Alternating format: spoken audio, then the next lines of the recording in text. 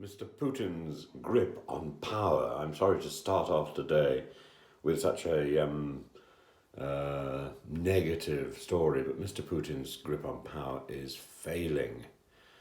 And this is partly evidenced by his cancellation of the interminably long interview session where he takes in questions, carefully selected questions from journalists, both indigenous and foreign, and occasionally people like Steve Rosenberg ask very, very penetrating questions with great respect and in lovely Russian.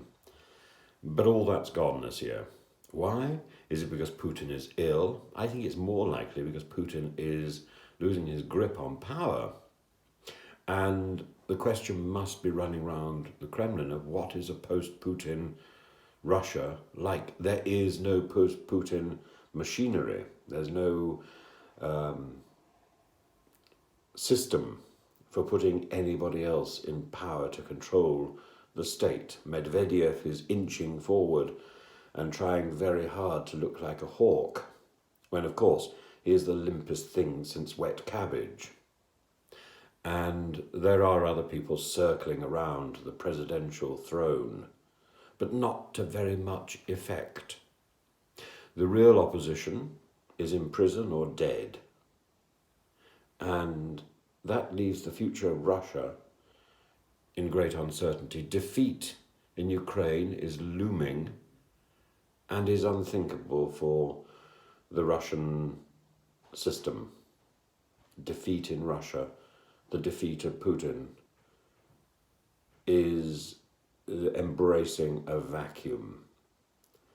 Russia has prided itself on being a strong country with a strong leader, and no other interpretation of the country and of the system is possible, is legitimate. Anybody who, for example, claims that this war is a war is in prison for up to 15 years.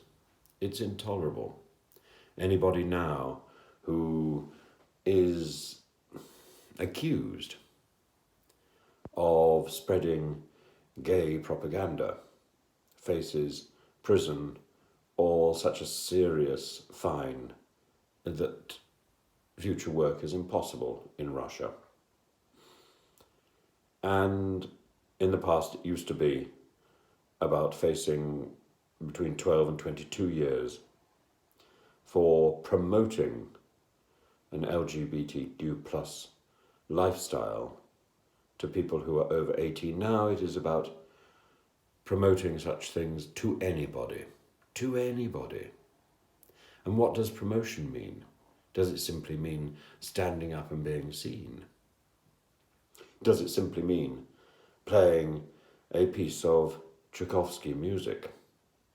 Does it simply mean reciting a poem by Sergei Yesenin, the wonderful man who married quite a lot, but was clearly also gay. And it's his poetry which is introduced to Russian children when they are in primary school. Indeed, Sergei Yesenin lived in a flat in a place where I lived. I remember every morning coming out of the flat and seeing a sign that it was his.